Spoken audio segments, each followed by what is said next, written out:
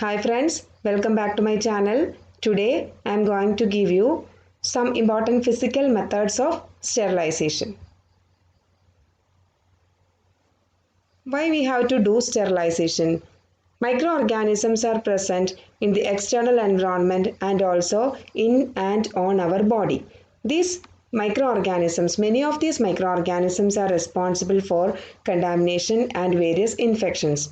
So, the aim of the sterilization process is to remove or destroy these microorganisms so that we can prevent various infections and also contaminations. How can we kill these microorganisms? Different mechanisms are there for killing the microorganisms. These include denaturation of proteins, oxidation, interruption of DNA synthesis or repair, interference with protein synthesis, disruption of cell membrane of microbial cell.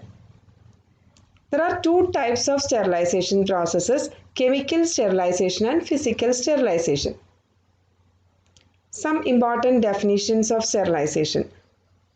Sterilization is a process by which an article, a surface or a medium is made free of all microorganisms either in vegetative or spore form. That is, it is a complete removal of microorganisms either in vegetative or spore form. That is sterilization. Disinfection, it is a destruction of all pathogens or organisms capable of producing infections. But in disinfection, the spores are not removed.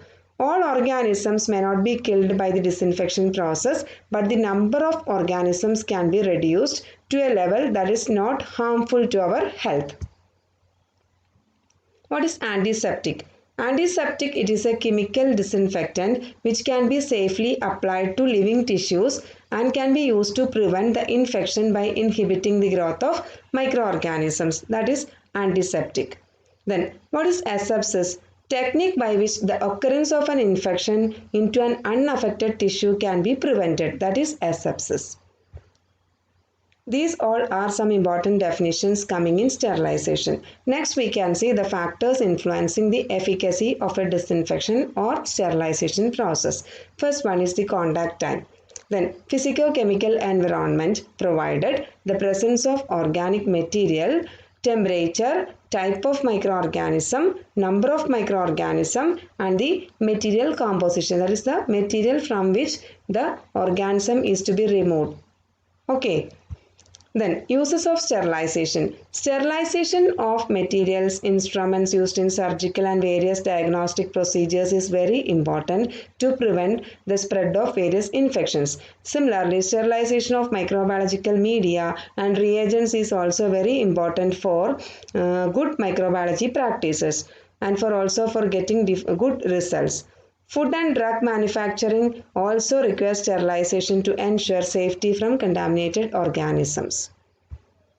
Then physical methods: sunlight, drying, dry heat, moist heat, filtration, radiation, ultrasonic and sonic vibrations. These are some important physical methods we are adopting in sterilization process. First, we can see sunlight. Appreciable bactericidal activity is shown by sunlight. The germicidal effect of this direct sunlight is due to the presence of UV rays and infrared rays, that is heat rays. Bacteria in water, they can be readily destroyed by exposing this water to sunlight. Drying. Moisture is essential for the growth of bacteria. Drying is therefore harmful to the bacterial cell, but we cannot kill spores by drying.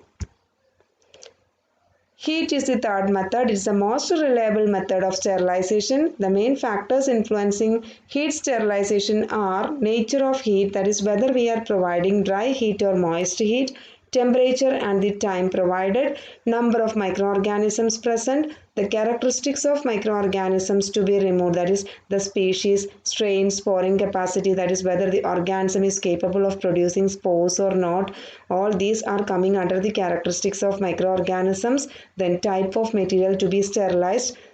These are some important factors influencing heat sterilization. Next is thermal death time. That is, it's the time required for sterilization. It is inversely proportional to the temperature of exposure.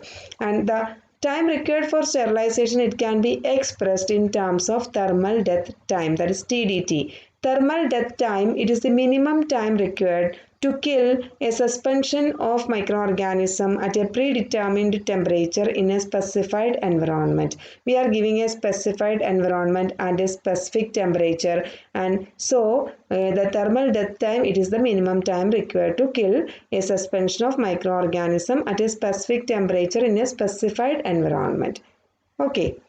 Then the time is related to number of organisms, that is the TDT, thermal death time. It is related to the number of organisms in the suspension, presence or absence of spores, the strains and the characteristics of organisms. The presence of organic substances such as organic substances, then proteins, nucleic acids, starch, gelatin, sugar, fat and oil, etc. can increase the thermal death time.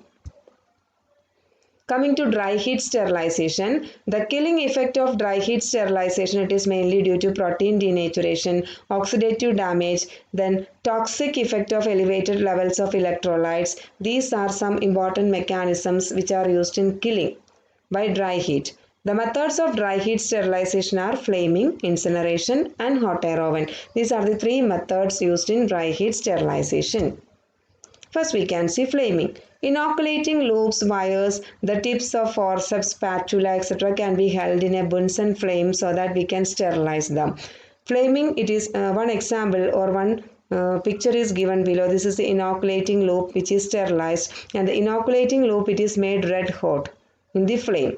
Okay, then flaming can also be used for flaming the mouth of test tubes. Test tubes can be flamed for removal of microorganisms. Similarly, conical flask, all these can be sterilized by the process flaming. So, this flaming, it is widely used for sterilizing inoculating loops and also for flaming the mouth of test tubes and other containers. So, inoculation loops, if it is having infective material, it must be first dipped in disinfectant, and then it is held in flame till they become red hot. Is it clear?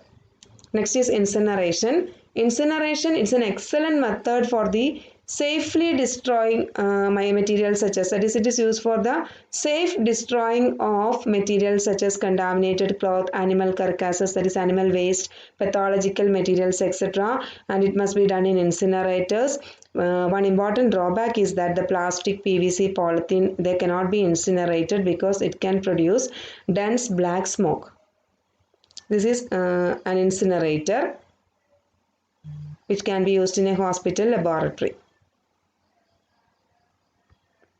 Next is hot air oven. Hot air oven is the most widely used method for sterilization by dry heat, and every microbiology lab, they must have an hot air oven. It's a basic requirement of a microbiology laboratory, and the holding period is 160 degree for 1 hour. That is, the materials to be sterilized, it must be kept at 160 degrees Celsius for 1 hour in a hot air oven for complete sterilization, and it is used for sterilizing glass wires, forceps, scissors, scalpel, glass syringes, swab, pharmaceutical substances, etc.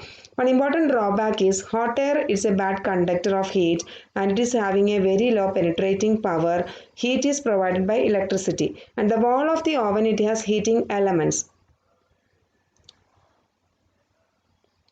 This is the hot air oven, and this is the picture of hot air oven. This is the diagrammatic representation. Inside the hot air oven, we can see a circulating fan for the even distribution of the air and to avoid air pockets. And we can see a heavy insulated door can be seen. It is a highly insulated cabinet, and it is having a thermostat, thermometer for displaying the temperature inside. Then heating elements can be seen on the sides of the on the side wall of the hot air oven, and we can see different wire shelves can be seen, and the materials to be sterilized can be placed in the wire shelves, and they must be placed uniformly so that we can see we will get an even circulation of air, and the complete sterilization can be ensured.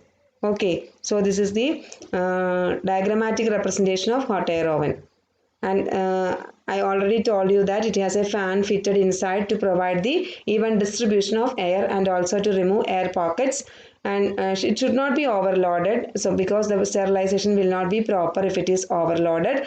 Material should be arranged well so that it must allow a free circulation of air in between the objects. The glass wires are mainly sterilized in oven, and they must be dried before placing in the oven. The rubber materials, they must not be kept in oven. Oven must be cooled slowly for about 2 hours before the door is opened, because the sudden or uneven cooling may lead to cracking of glass wires. So hot air oven, it is a time consuming process, and it's a bad conductor of heat. Hot air is a bad conductor of heat. It's a time consuming process, and we cannot sterilize rubber materials, then cotton, etc. in the hot air oven. These are some important drawbacks of hot air oven. Then sterilization control. Sterilization control is used to know whether the oven is working properly or not. For this sterilization control, we are using mainly spores of non-toxigenic strains of Clostridium tetani. You all know that Clostridium tetani, it is causing tetanus.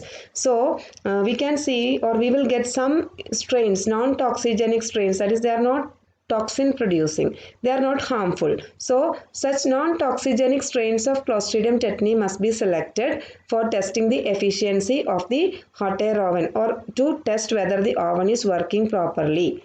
Then paper strips. We are taking paper strips impregnated with spores of this Clostridium tetani. About 10⁻⁶ spores are taken and placed in an envelope and is placed in the oven. After sterilization process, that is after sterilizing at 160 degrees Celsius for 1 hour, after cooling, we can take these spores, and these spores are inoculated into a suitable medium. Mainly we can use a cooked meat media, as it is an anaerobic organism. We have already heard about Robertson's cooked meat media. Okay, then incubation can be done at 37 degrees Celsius for 5 days at strict anaerobic conditions, and so that if there is growth, that means our oven is not working properly, and if there is no growth after 5 days, our oven is perfectly working. Okay, then perfect working can be seen in the case of no growth. Then another alternative is a brownies tube. It can be used for routine use or routine purpose. That is, it can also be used as a sterilization control. After sterilization, a green color will be produced. That means the oven is working properly. Okay, either any of these methods can be used for sterilization control. That's all about the some important physical methods of sterilization. Then many other methods are coming. We have to see all these methods, and we can see all these methods in the next lecture. Hope you all understand this session. Thank you.